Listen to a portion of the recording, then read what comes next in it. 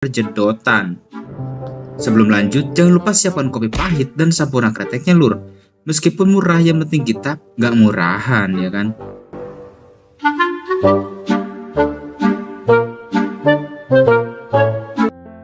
Awal film memperlihatkan dokumentasi sebuah video wedding nih ya kan, dengan laki-laki yang ganteng yang bernama David dan si cantik bernama Kanika. Yang ternyata itu adalah sebuah contoh video yang dibuat oleh David dan istrinya Kanika ya kan, yang sedang ditunjukkan kepada orang yang akan menggunakan jasanya. Karena David adalah seorang fotografer gitu. Dan David mempunyai seorang istri yang bekerja sebagai pramugari nih, yaitu Kanika. Singkat cerita, karena hari itu David sedang ulang tahun, maka pergilah David menemui keluarganya, ya kan? Dan pekerjaan diserahkan kepada asistennya yang bernama Emong nih. We were worried about this one. Saat sedang mendengarkan pidato ayahnya, kemudian David dikejutkan oleh kedatangan istrinya nih. David kaget dong ya kan, karena seharusnya istrinya saat itu sedang terbang gitu bersama pesawat dan pilotnya. Singkat cerita, David mengajak istrinya ke belakang nih, karena udah kebelet pipis kayaknya. Emang dasar, emang gak bisa gitu nahan beberapa saat aja. Kalian kan udah nikah, kenapa sih gak tahan sampai rumah gitu? Sungguh perbuatan yang ramah lingkungan. Hari berikutnya, David seperti biasa nih menjadi fotografer dan membuat dokumentasi video di acara wedding bersama teman dan asistennya ya kan. Di tempat lain, Kanika bersama temannya bernama Tukiem, ia akan bekerja nih. Tapi Tukiem kayaknya ganjen banget nih sama si kapten satu ini. Setelah melihat kapten pilot yang ganteng bernama Stephen ini, si Kanika sih senyum-senyum aja ya kan. Menurut gue juga biasa aja sih, lebih ganteng gue kayaknya. Terima kasih buat lo semua. Kita kembali ke David nih yang sedang ambil gambar. Kemudian asistennya David meletakkan tasnya di pinggir kolam gitu. Karena ada para cabe-cabean yang minta dipotoin kayaknya. Lalu entah apa masalah hidup si bocil ini yang tiba-tiba datang dan menendang tasnya si asisten ke kolam. Dan ternyata di dalam tas itu berisi semua data, foto, dan video milik konsumen, ya kan? Yang secara otomatis rusaklah memory cardnya. Dan konsumen meminta tanggung jawab ataupun ganti rugi. Nah, singkat cerita, David mengganti ini semua kerugian. Dan yang lebih parah, David harus gulung karpet alias kehilangan pekerjaan gitu. Alias bangkrut lah gara-gara si bocil. Dan David juga memberikan kenang-kenangan terakhir nih, sebuah kamera kepada asistennya yang bernama Emong. Setelah itu, hari-hari David diisi dengan kesendirian, tanpa pekerjaan. Dan istrinya masih bekerja menjadi pramugari. Singkat cerita, 2 tahun kemudian nih, diceritakanlah David seorang pengangguran dan istrinya tetap menjadi pramugari.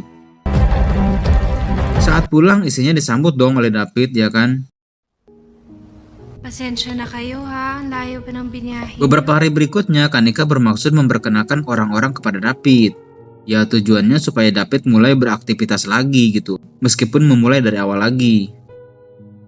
Tapi sepertinya David belum semangat untuk bekerja. Ia ingin menjadi diri sendiri.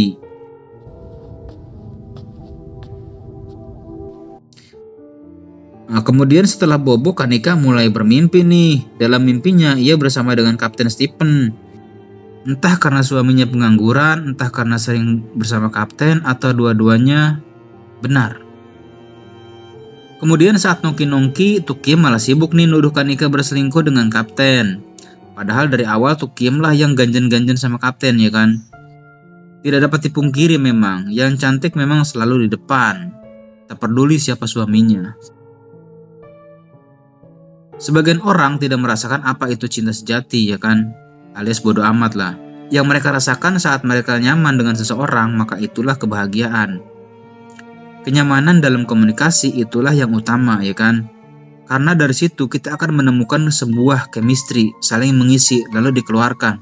Ngomong apa sih? Saat akan pulang, mereka terjebak hujan nih.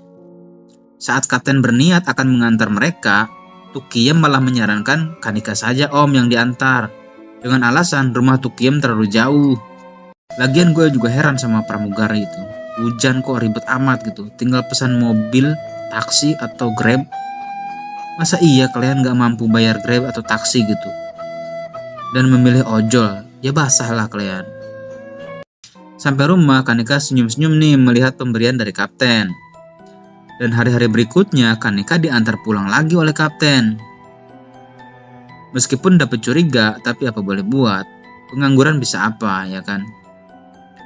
Bahkan saat diajak adu jotos, Kanika sepertinya menolak gitu. Otomatis David pusing dong, ya kan? Setelah tunas David tegak berdiri, namun tidak ada dayung bersambut. Apa ya? Kemudian David melihat pesan masuk dari kapten. Kemudian David merencanakan akan mengajak Kanika liburan nih.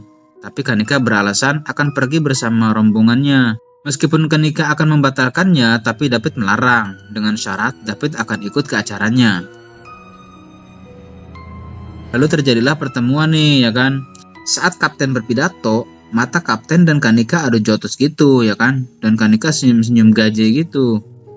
Dan hal itu diketahui oleh David, yang tentu saja jealous lah si David, ya kan?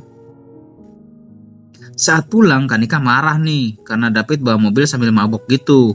Lalu terjadilah percekcokan. David mulai menuduh Kanika main mata sama kapten. Bahkan di depannya seakan tidak peduli nih, ya kan? Dari perdebatan itu, lalu keluarlah puncaknya Kanika untuk mengatakan sesuatu. Yaitu harusnya David bercermin dong, selama 2 tahun Kanika menanggung hidup mereka berdua. You're a fucking loser. Esoknya datanglah mantan asisten David yang sudah sukses, yaitu Emong.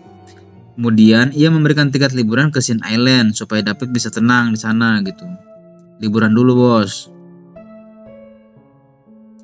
Singkat cerita, pergilah David, ya kan? Dan hal itu tidak diketahui oleh Kanika. Di pantai, David gabut nih, bakar-bakar sambil mabuk-mabuk gitu. Astagfirullah. Paginya, saat terbangun, David melihat ikan segar yang sedang dijemur nih. Kayak ikan asin. Karena David panik mencari cincin pernikahannya di antara botol-botol, otomatis berisik dong, ya kan? Dan ikan segar itu marah-marah sama David. Karena ia merasa terganggu konsentrasinya. Kemudian malamnya tidak sengaja mereka bertemu di sebuah kafe. Minta maaflah David sama ikan segar tadi, ya kan? Diketahuilah ikan itu bernama Tasha. Setelah perkenalan itu mereka menemukan kecocokan lahir dan batin nih. Ditambah lagi Tasha juga sedang ada problem bersama suaminya. Cocok banget gitu kan, sama-sama gabut. Your turn. Singkat cerita, Tasha mengetahui David adalah seorang fotografer. Setelah Tasha meminta David untuk mengambil gambarnya. I did some. Nah, di tempat lain, Stephen yang berantakan sama istrinya, ia mulai merayu Kanika nih. Dan bahkan ia mengatakan cinta kepada Kanika nih, ya kan? Awalnya Kanika sulit menolak, tapi jotosan demi jotosan, Kanika terima. Begitu juga David sama Tasha. Tapi karena Kanika sepertinya sangat mencintai David, ia menahan nafsunya. Tapi di Sin Island, David dan Tasha melakukan hubungan terlarang itu. Setelah pulang, Kanika menyadari nih David tidak ada di rumah. Kemudian, Kanika menanyakan keberadaan David kepada Emong, mantan asistennya. Hingga diketahuilah David sedang liburan di Sin Island. Lalu pergilah Kanika ke Sin Island, ya kan, untuk menemui David. Sementara David sedang adu jotos sama Tasha. Setelah Kanika tiba, David bahagia campur panik. Setelah itu datanglah Tasha. Ia berpura-pura mengambil CD-nya yang tertinggal. Dan Tasha memang sengaja melakukan itu untuk menghancurkan hubungan suami istri kayaknya. Bahkan ia sengaja memakai CD-nya di depan Kanika sama David. Emang gak ada akhlak gitu. Sampai rumah, Kanika sama David auto perang besar dong. Wanita mana yang tahan melihat itu, ya kan? Tapi David juga beralasan ini hanya hubungan seks sayang, tapi hatiku hanya untukmu. David juga mengatakan ia merasakan kesepian karena sudah lama Kanika tidak melakukan tugasnya sebagai istri. Lalu Kanika juga mengakui ia kagum sama kapten, tapi Kanika tidak pernah melakukan perbuatan terlarang. Kemudian David meminta maaf sama Tasha bahwa yang mereka lakukan di pulau semua itu karena nafsu dan kekhilafan semata. Tasha pura-pura tegar dengan semua itu, ya kan? Namun dalam hatinya, Tasya sudah terlanjur cinta nih sama David. Kanika juga mengunjungi rumah orang tuanya untuk menenangkan diri, ya kan? Itulah gunanya orang tua ya lur. Meskipun kita sudah dewasa, kadang kita butuh tempat berlindung gitu. Semoga almarhum ibu diterima Allah Subhanahu wa taala. Amin. Lalu kemudian Kanika menemui David dan meminta maaf. Akhirnya mereka baikan, saling menerima dan memaafkan. Secara manusiawi, Tasya ingin tahu Kanika, begitu juga Kanika ingin tahu Tasya, ya kan? Kanika meminta sama Tasya berhentilah mengganggu hidup keluarganya.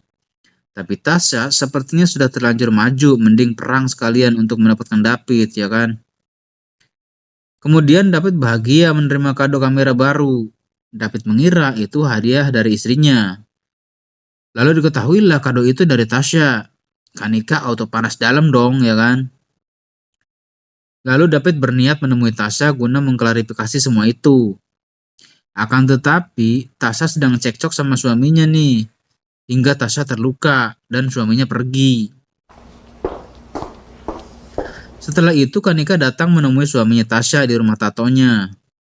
Yang ternyata Tasya terkena gangguan kejiwaan nih, alias psikopat.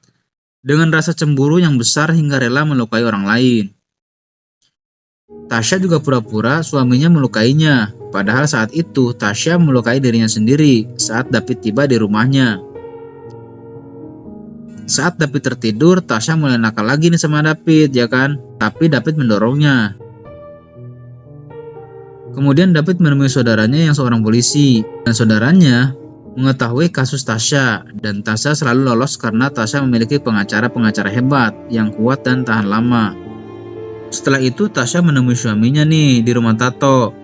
Tasya meminta suaminya untuk memberikannya jatah. Tapi dengan permainannya Tasya memborgol dan menutup mulut suaminya. Setelah itu, bukannya memberikan kenikmatan, Tasya malah menyakiti suaminya dengan mesin tato. Yang akhirnya, suaminya harus tewas dengan cara digorok. Setelah itu, Kanika marah-marah lagi nih sama David, karena Kanika menerima potongan video yang dikirim Tasya. Tapi David mengatakan video itu berbohong, karena video itu telah dipotong. I love you.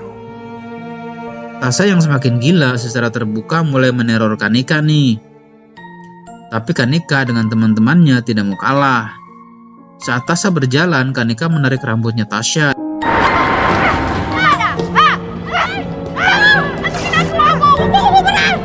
Setelah itu Kanika menelpon David yang sedang bekerja bersama mantan asistennya, ya kan, yang kini malah jadi bosnya. Kanika mengatakan Tasya sudah tidak akan mengganggunya lagi karena Kanika merasa sudah memberikan pelajaran kepada Tasya. Tapi tiba-tiba Tasya datang dan memukul Kanika. Saat David pulang, Kanika dalam keadaan tersandra. Oh, hi, David. Papa said. Dan Tasya memaksa David untuk mengatakan I love you atau Kanika mati. Tentu David tidak mau melakukan itu, ya kan? Tidak sengaja Tasya menembak David. Okay, I'm so sorry. I didn't mean to.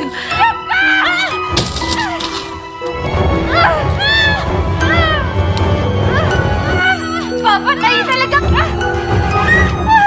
Ambil baiknya, buang buruknya gitu kan. Sebagai sosok seorang David yang malas berdiri lagi saat ia bangkrut. Awalnya gue benci sama Kanika karena tergoda oleh kapten gitu kan. Tapi endingnya Kanika adalah sosok wanita yang kuat, setia kepada suaminya. Dan sepertinya gue pengen punya istri seperti Kanika itu.